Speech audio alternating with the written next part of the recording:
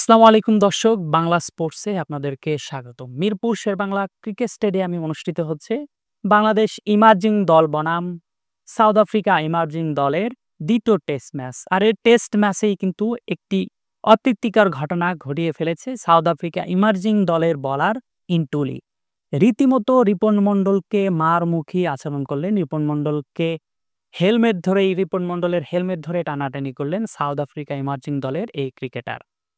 প্রথমবার বাংলাদেশের ব্যাটার রিপন মন্ডল কিন্তু খুব ভালোভাবেই ডিফেন্ড করছিল সাউথ আফ্রিকান বোলারদের। আপনারা জানেন বাংলাদেশ আজ ৮ম উইকেটে ব্যাট করতেছিল। সেই ৮ম উইকেটে অপ্রতিরোধ্যভাবে খেলে গিয়েছিল বাংলাদেশের ক্রিকেটার, ইমার্জিং দলের ক্রিকেটার রিপন মন্ডল।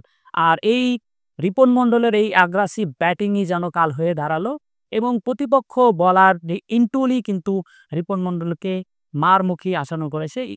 এবং কি বলার প্রান্ত থেকে রিপন মন্ডলের কাছে পৌঁছে গিয়ে রিপন মন্ডলের হেলমেট ধরে পর্যন্ত টানাটানি করেছে।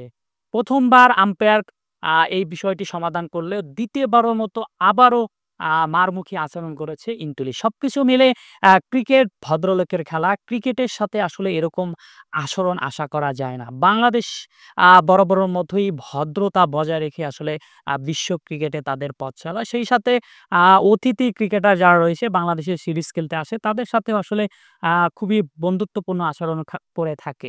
তবে আজকে মিরপুরে ঘটনা ঘটেছে উল্টো। রিপন মন্ডলের সাথে যে আচরণটি করেছে সাউথ আফ্রিকান এই ক্রিকেটার তা ইতিমধ্যে আইসিসির যে ব্যবহার বিধি রয়েছে সেটি লঙ্ঘন করেছে। সবকিছু মিলে উত্তপ্ত পরিবেশ বিরাজ করেছিল কিছু সময়ের জন্য।